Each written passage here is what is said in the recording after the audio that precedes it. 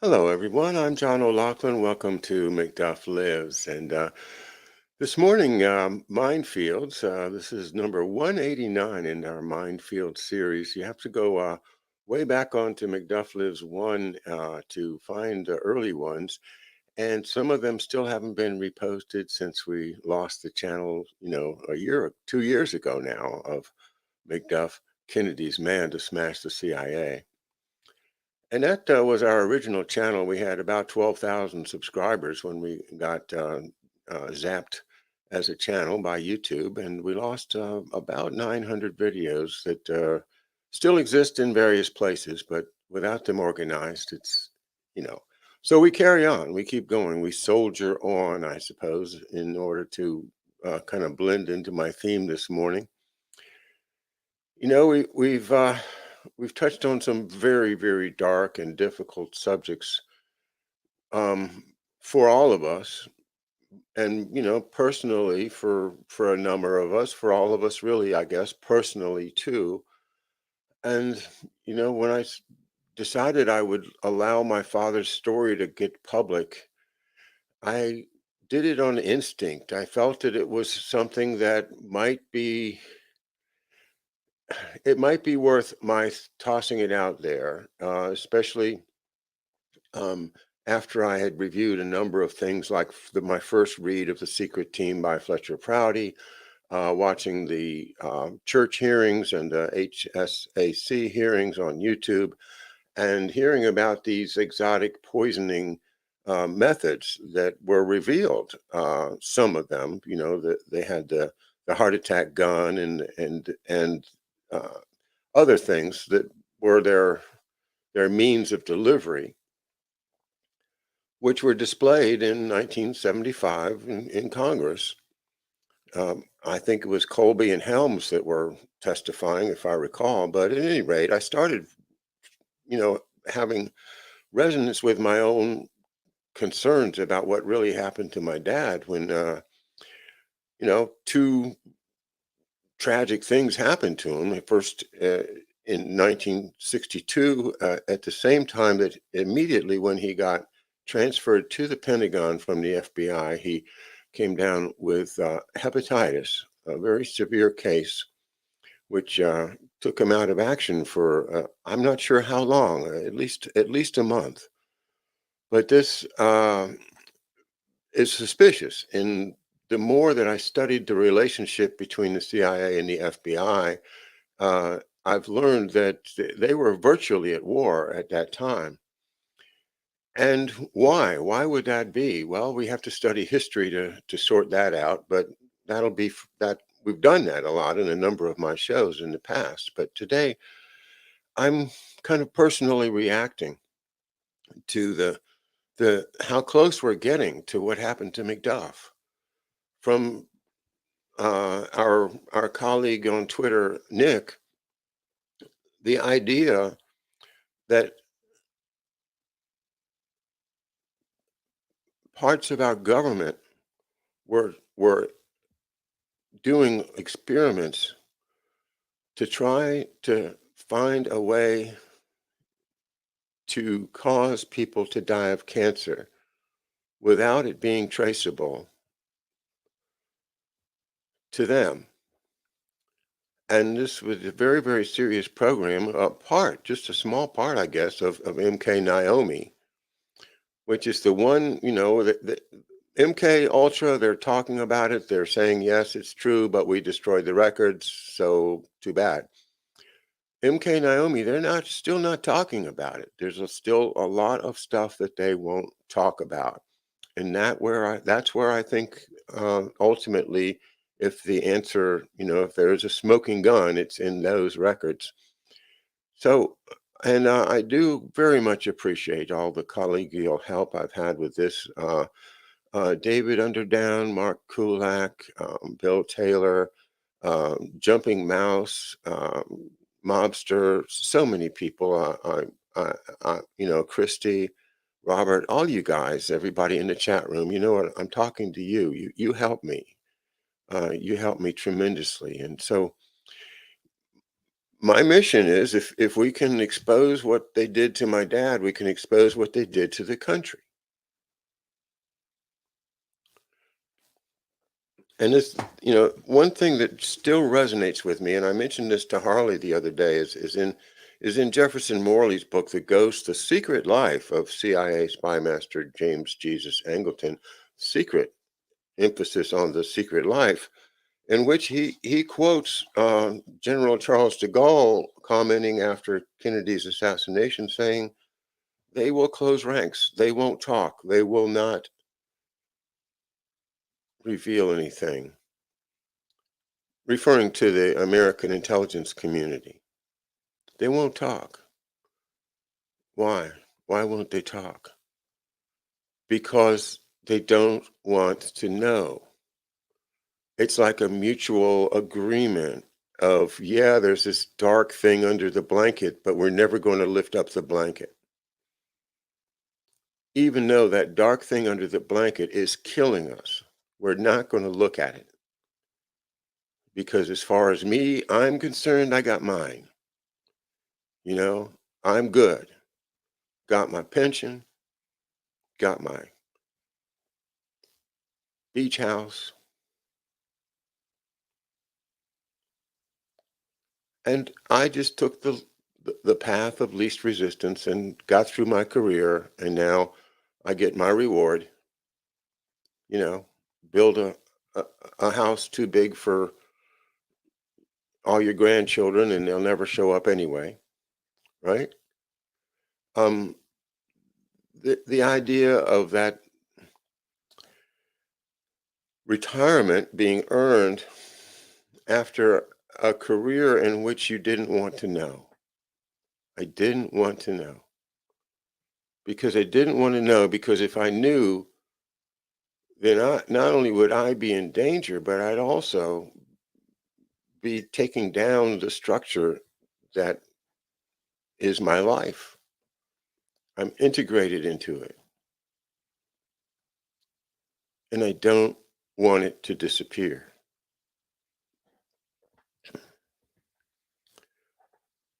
You can't handle the truth, says Jack Nicholson in A Few Good Men. And we like to go, yeah, you're right. We can't handle it. You handle it, Jack, You got those devilish eyes. You know how to do the devil stuff. You take care of the bad stuff for us, and we'll just kick back and wait for our pensions to kick in. Right? Is that who we are? Anton Jenkins says, no, that's not who we are. He reminds us of who we really are as a country, as a nation, and as citizens with a duty to be citizens, to be watchful, to vote, but only to vote based upon a reasonable understanding of the issues, and not because you belong to blue or red or green or black or any other color. It's because you have used your head and your God-given reason and common sense to decide who to vote for, feeling that you are well informed.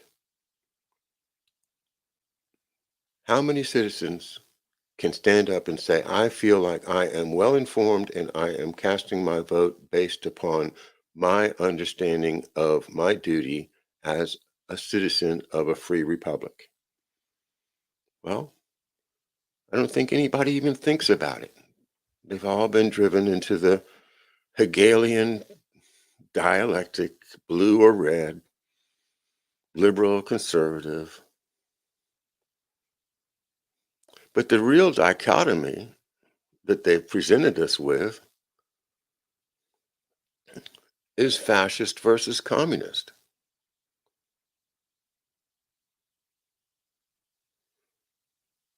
And I think that's who's fighting today, frankly. This is my best guess right now, is that if you look at the history that we've studied, we see that at least for various periods, the Washington administration, John Quincy Adams, Lincoln, arguably, and periods when it was the American ideal to be moral, to act on a conscience, and to support the rights of each individual to free speech and to have a conscience and freedom of religion. And these freedoms went along with the freedom of the extensive continent that we were able to just go out and explore and grab and enjoy and exploit as we would. But the concentration of wealth simply becomes too addictive for the already wealthy. And this scheme of banking, this scheme of fractional reserve banking in particular, which I think everybody needs to understand how powerful that is, that you can take real value in the sense of an ounce of gold and then convince people that pieces of paper are worth the same as that real ounce of gold, and then convince the people that those pieces of paper are so valuable that you're going to hang on to them for a long time. You're not going to want your gold back. So I can do what? I can issue another piece of paper secured by that same piece of gold. And we got to the point where there isn't any gold anymore. It's all fiat currency. The power of illusion, it's like a Kabbalistic transformation, of, you know, worthless paper into gold. Well, that is the mechanism that was so powerful that it became addictive. And instead of following the advice of the founding fathers, the next generation with Theodore Roosevelt decided to get back in bed with the British lords and the British oligarchical families and become part of an exploitation machine. However, the idea was that we were just going to go west. We were going to go into the Pacific. And we did. We took Hawaii, Guam, the Philippines. And, it's when we started getting into China that forces from the other side of the world, the British reaching through Asia to China, uh, come under threat. But these are the great elite powers jostling amongst each other to control the rest of us.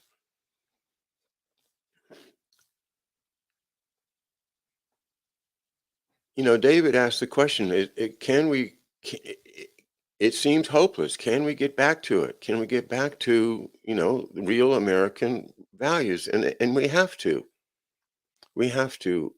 We have to have the sense of optimism that's reflected in the Wordsworth poem that I'm going to read this morning. Because I think, if you look at this picture, look at this picture of my dad on the front of the book, okay? I think if you keep that smile, that confident stance in mind, as I read this poem, this is the beginning of a tragic story, but it's a very, very positive, happy man that's standing on that ship in 1943. And I think that's the happy warrior attitude. Well, indulge me, if you will, because I've read this poem a few times this morning, and I'm just uh, I think it's going to help. So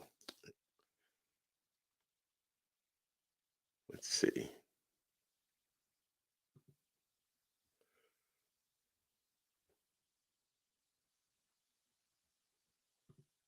All right, hang on just a second as I get it in front of me. All right, here we go. Character of the Happy Warrior by William Wordsworth.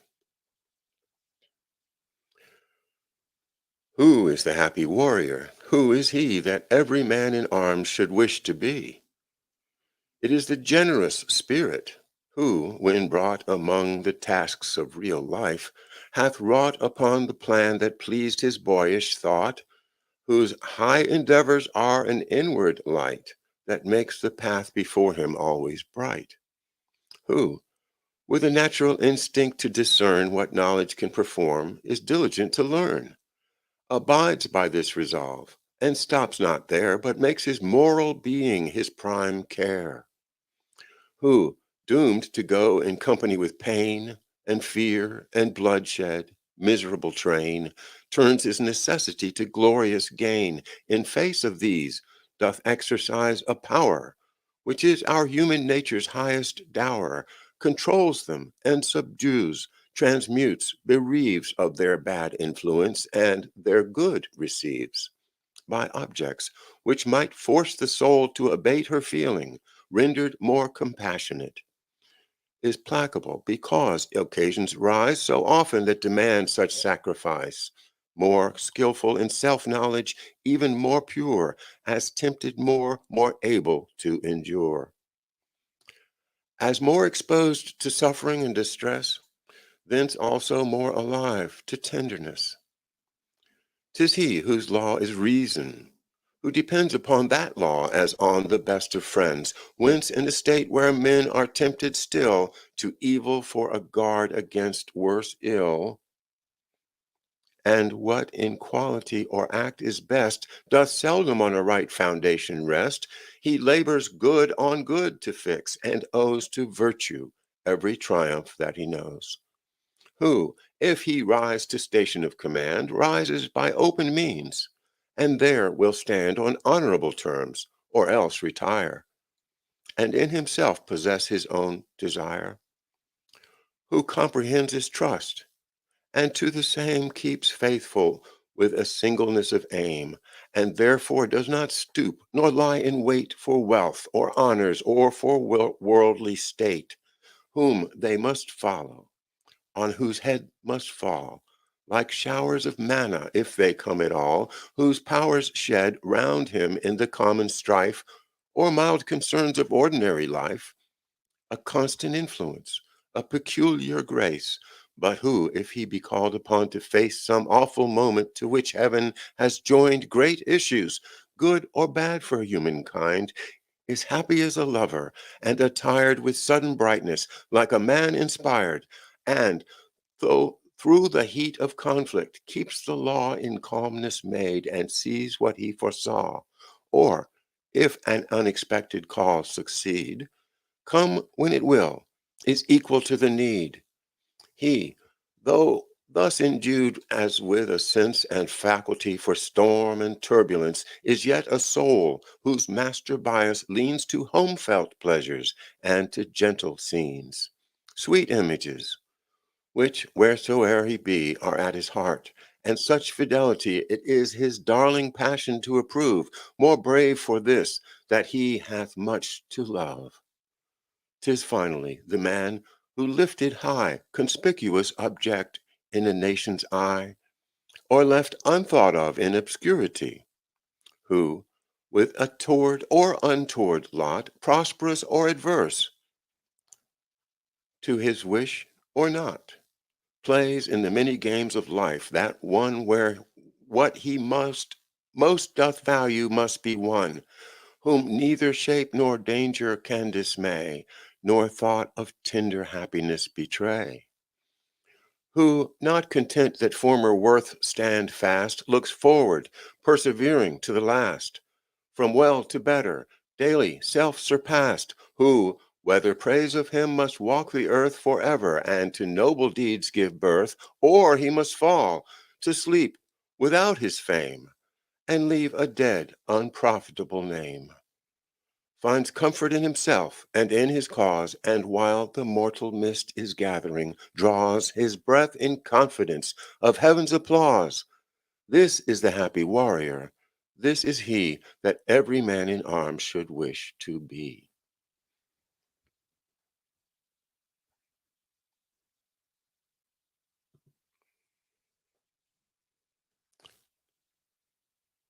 So those are the warriors. And I think my father is a perfect example of that idea of I will fight because that's what my reason tells me to do. That's my duty above the tenderness and the love of my family, above everything else,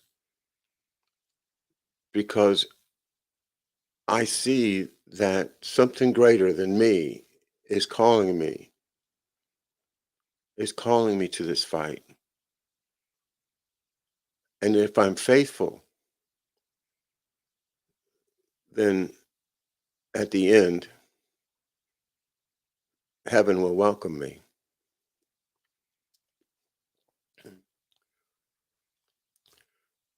I think my dad kept his faith. I think he wasn't all that enamored with the details of the Catholic Church and probably knew some stuff about it that's more than most people know. Nevertheless, he was a man who went to church every Sunday and forced us to go with him as children. So a good Catholic, also a very, very moral man, somebody who everything that he decided it with deep, deep conviction.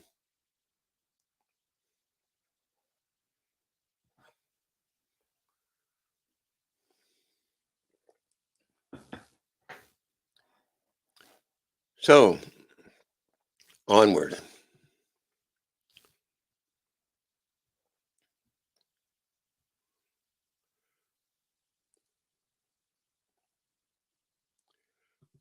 The next subject for this morning's minefields is the other side of the coin. You know, what do we do for the soldiers that our country betrayed? And I'm going to share a page here from just so you can find this journal yourselves. Hang on,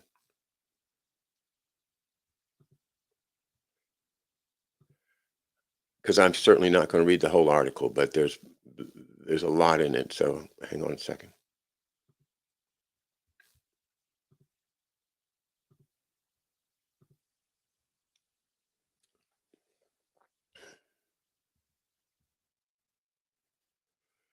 All right, and this is from the University of Tennessee, the Tennessee Journal of Race, Gender, and Social Justice. 2014, an analysis of CIA and military testing of LSD on non-consenting U.S. service members and recovery through the VA disability system by Brandy Dis-Bennett. And she is an attorney with a law firm, Bergman and Moore LLC, a veterans disability compensation law firm. So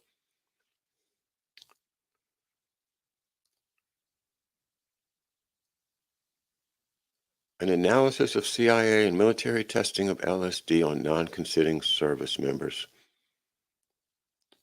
Okay, here we go. This is the happy warrior. This is he. A quote from a poem not by Wordsworth, but by Sir Herbert Reed, a much more cynical approach to the question of who is the happy warrior. Well, you can read that poem if you want to look it up, but I'm going to delve right into the text here. Discovering that the United States government has experimented on unwitting and unconsenting American citizens is a difficult pill to swallow, especially when some of those American citizens are United States Armed Forces service members. This scenario begs the question, what happens now? Now that the US government has finished its classified experimentation, quote unquote, where does this leave the soldier who wanted to defend and serve his country, but is now a victim of his government? Where does this leave the happy warrior? This paper will explore the top secret Central Intelligence Agency human medical experiment, MK Ultra, and the possible avenues of relief for service members involved in the project. And then she talks about how veterans can apply for different things from the VA, which I'll skip. Um, this article will take a brief look into the history of human medical trials, followed by a history of the CIA program MK Ultra and other related programs. Next, it will explore case law that bars veterans from constitutional remedies, as well as tort remedies against the U.S. government. Finally, the article will discuss challenges for veterans in the VA disability compensation system to determine if MK Ultra victims could successfully seek service connection. Ultimately, a veteran attempting to recover damages from MK Ultra testing will likely be unable to prevail under a constitutional analysis, but an MK Ultra victim may be able to seek service connection under the VA. Again, that's 2014.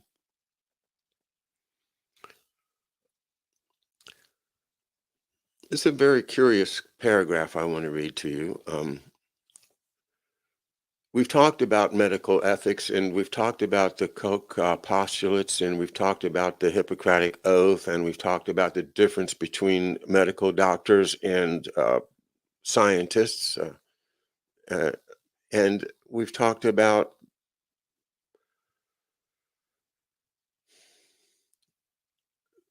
a lot of breaches of what we think is normal medical ethics. I mean, we just assume that doctors are ethical. They have to be, or they're in the healing arts. They have to be ethical, right? Okay, page 175. Throughout the course of American history, science has demanded discovery. However, when answering the call of duty, scientists, whether privately funded or government sponsored, have frequently tested drug technologies on humans. During the 1960s, the United States began scrutinizing how scientists were acquiring their information, and a new change in physician ethics emerged. The evolution called for new ideals regarding informed consent. To comply, the National Institute of Health issued a new clinical manual requiring informed consent. Unfortunately, the manual did not provide a precise definition of the term. However, it did require a volunteer to sign a statement prior to the participating in a medical trial, asserting the volunteer, quote, understands the project and agrees to participate in it. And if the volunteer, quote, finds his or her assigned project to be intolerable, the volunteer may withdraw from it, unquote. The Food and Drug Administration followed suit, although it defined informed consent as the person having the ability to exercise choice. It further required the person, quote, receive a fair explanation of the procedure, including an understanding of the experiment's purpose and duration, quote, all inconveniences and hazards reasonably to be expected, the nature of a controlled trial, and the possibility of going on a placebo, and any existing alternative forms of therapy available. The spark of this most remarkable and thoroughly controversial transformation was media coverage of various private medical trials, In 1962, one example caught the attention of Congress and the media when a drug not yet evaluated by the FDA was given, quote, on an experimental basis, unquote, to women at risk for complications such as spontaneous abortion and premature delivery. The drug was taken by 20,000 American women, which included 3,750 women of childbearing age and 624 pregnant women. However, these women did not know they were part of an experimental drug testing program and, as such, had not given informed consent. Thereafter, a senator from New York, Jacob Javits, proposed an amendment to the Kefauver bill, which enabled pharmaceutical medication testing for safety and efficacy to compel, quote, the Secretary of HEW to issue regulations that no such experimental drug may be administered to any human being in any clinical investigation unless that human being has been appropriately advised that such drug has not been determined to be safe in use for human beings, unquote. However, Senator Javits' amendment to the bill was not successful. Almost a decade later, Congress again discovered a grave miscarriage of ethical considerations. In 1972, the Tuskegee syphilis experiments became known to the public. Initiated by the U.S. Public Health Service, the Tuskegee syphilis program began in 1932, and it focused on African American men from the South who were believed to be, quote, particularly susceptible to venereal diseases, unquote. Over 600 men were recruited, two-thirds of which were given the live syphilis virus. Although the participants were told they were being treated for, quote, bad blood, unquote, they received, quote, painful diagnostic procedures that would implant and grow syphilis rather than treat it. The men involved also received mercury treatments that eased the symptoms of syphilis. This Tuskegee study lasted for 40 years. While the men received only $25 for participating in the program, the Tuskegee victims received a collective settlement of $10 million in 1974. Then in 1997, President Bill Clinton formally apologized to the victims and their families for the, quote, clearly racist study that was, quote, orchestrated, unquote, by the federal government. Despite these events, the medical community is still debating the topic of informed consent today. For example, in 2009, the Gardasil vaccine received serious backlash regarding its efficacy and safety. One of the top researchers of Gardasil and HPV vaccinations, Dr. Diane Harper, came out against the drug, stating that, quote, the benefit to public health is nothing. There is no reduction in cervical cancers, unquote. While Merck, the drug's manufacturer, and the Centers for Disease Control and Prevention, CDC, have stated that adequate warnings such as, quote, soreness at the injection site and risk of fainting after vaccination, unquote, are provided, questions remain whether more might be necessary. Further, while no link is established, girls that received the vaccination have had episodes of blood clots, developed Lou Gehrig's disease, parentheses ALS, and even died. Before this came to light, in 2008 in the UK, 2,000 girls were given the vaccine and developed side effects that included nausea, dizziness, blurred vision, convulsions, seizures, and hyperventilation, with 4,602 suspected side effects recorded. The most tragic involving a 14-year-old girl who dropped dead in the corridor of her school an hour after receiving the vaccination.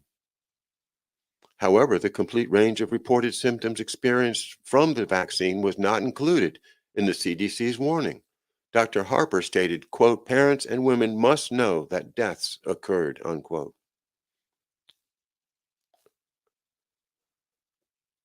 Okay, that's Gardasil. Skipping forward, the history of MK Ultra, beginning in the late 1940s and continuing through the next 3 decades, the U.S. military and the CIA initiated programs to study human behavior.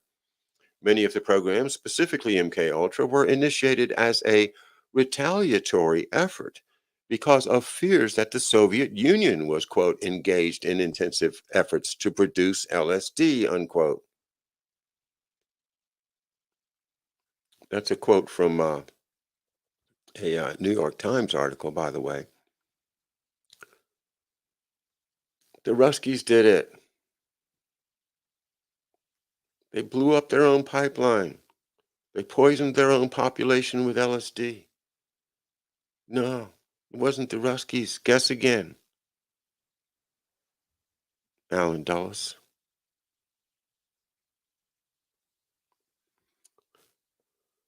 The U.S. Navy initiated Project Chatter in 1947. The program tested the use of drugs for their utility in interrogation and recruitment. Drugs such as Anabasis upilla, scopolamine, and mescaline were used on humans to, quote, determine their speech-inducing qualities, unquote. Project Chatter was engaged throughout the Korean War and was terminated in 1953. In 1950, Project Bluebird was approved and initiated by the CIA. Bluebird had several objectives, among them, quote, conditioning personnel to prevent unauthorized extraction of information, unquote, controlling persons in interrogations, memory enhancement, that's an interesting one, and preventing hostile control of agency personnel. After Project Bluebird, another program, Project Artichoke, was engaged to evaluate the offensive use of unconventional interrogation techniques, including hypnosis and drugs. Under Project MK Naomi, the U.S. Army in 1952 agreed to assist the CIA in, quote, developing, testing, and maintaining biological agents and delivery systems, unquote. The Army provided the CIA with darts containing, quote, biological agents, unquote, and pills that contained, quote, several different biological agents, unquote, the CIA could use to develop biological weapons. The project continued until 1970 when President Nixon ordered that biological weapons capable of killing or incapacitating could not be kept. Finally, MKUltra was approved in 1953 to develop chemical and biological weapons that would be used in the future to, quote, control human behavior, unquote, in clandestine operations, quote, unquote. All right, SACSA, Special Assistant for Counterinsurgency and Special Activities. Clandestine operations. My father was the chief planner of clandestine operations for the Pentagon, and most definitely not for the CIA. But the CIA wants to control clandestine operations. But President Kennedy said, no, you can't. I'm taking it away from you. I'm giving it to the Pentagon. And I'm creating an office called SACSA. And in that SACSA, I'm going to create a new agency that will control special operations, clandestine operations. So the CIA wants to control clandestine operations. They're not going to stop just because John F. Kennedy said stop. As a matter of fact, look what happened to Kennedy. They just went commercial. They went to Institute for Defense Analysis. They went to, the corporate side. They just went slightly undercover. But they didn't stop because they're working for the Wall Street. They're working for the financial system. They're not working for the citizens, you know? And there's where we've failed. We as citizens have failed. We have not been vigilant. I mean, who can blame our parents after World War II, after the Depression, after and then all of the psychological warfare played upon us during the 50s? We can't blame ourselves much, but we do have to take responsibility for it now that we know. Now that we know.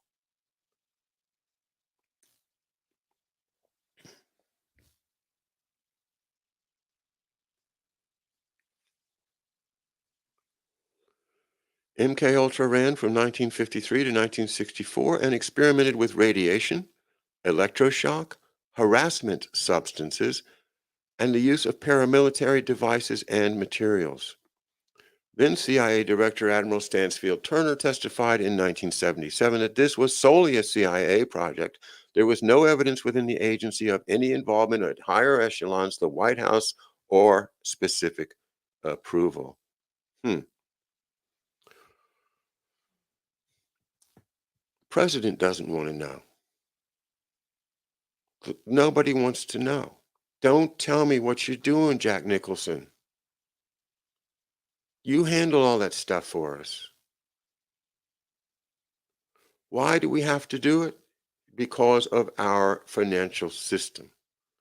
Because if we don't keep grabbing more resources, more little chunks of gold to hold in our bank and issue pieces of paper representing 9 or 10 times what you really have, and convince through government agencies and mass media that this is real money,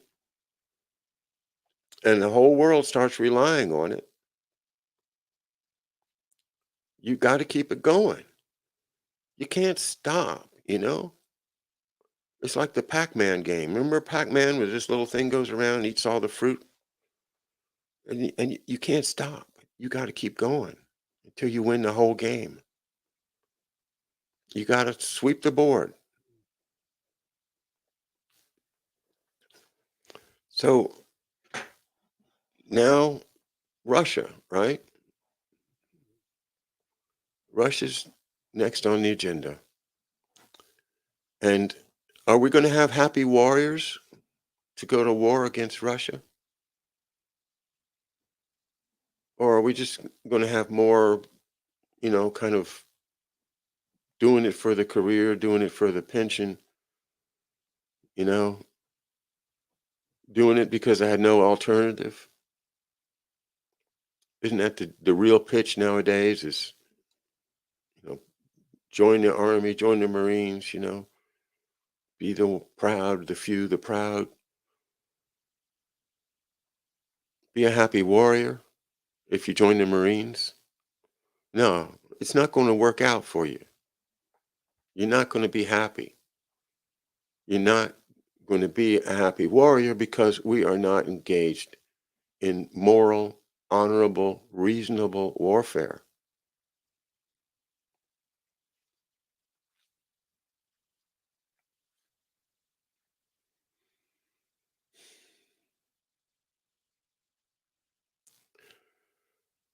The CIA did not seem particularly troubled with these questions and eventually admitted to using LSD in surreptitious administration of unwitting, non-volunteer subjects in normal life settings, unquote.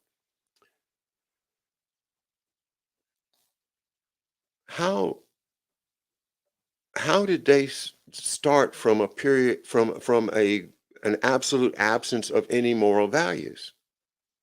No, this is the problem that is stated by the lawyer at the beginning of it, is that the Constitution should be the basis of these veterans lawsuits. You've been deprived of your rights. You've been deprived of your life, liberty, happiness. You've been lied to. You've been misled. You've been folded and mutilated. Your life has been ruined. Your family has been ruined. Your kids are going to suffer because you can't make a living.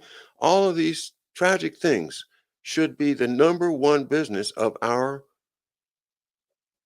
Constitution, to take care of these people. And some of them were injured accidentally, and some of them were injured intentionally.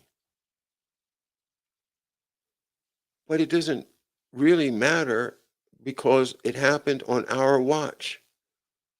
We, the people, we created this Constitution. We, the people, have got to keep our eyes open, our ears to the rail, our senses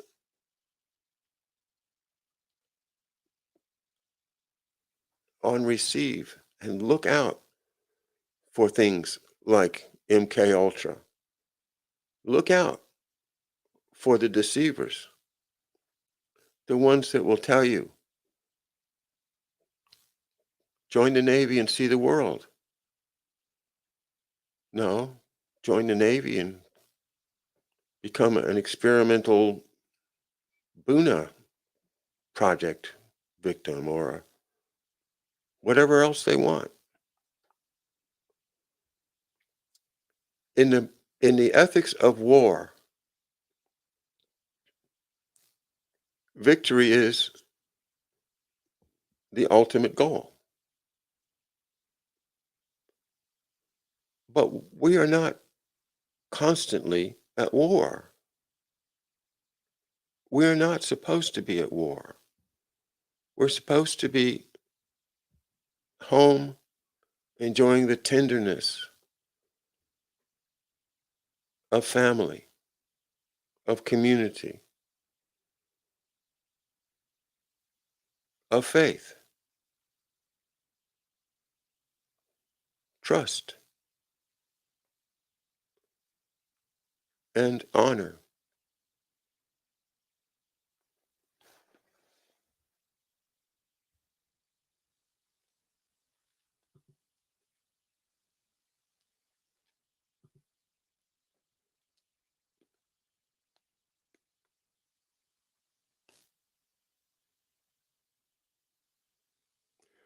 Well, I think I'll leave it there. Uh, how do we treat our warriors after we've betrayed them? Generally, we just cast them aside. No constitutional rights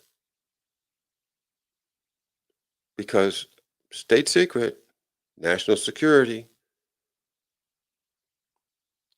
all because we decided we were afraid that the Soviet Union might do it, so we have to do it first. I don't buy it. That's BS. This is just the empire, the same old empire, marching on, Hegelian dialectic, you know, fascists or communists, you know.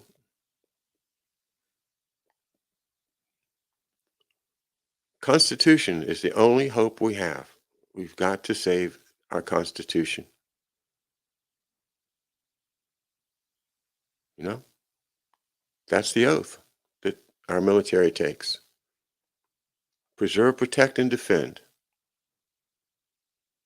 And that is the honor. That's the honorable warrior. And we have got to do something for the veterans that have suffered through these programs. All of them. And we've got to take responsibility as a nation for the abuses of the CIA and our government's willingness to abide by it, which is just craven. It's just disgusting. It is not who we are.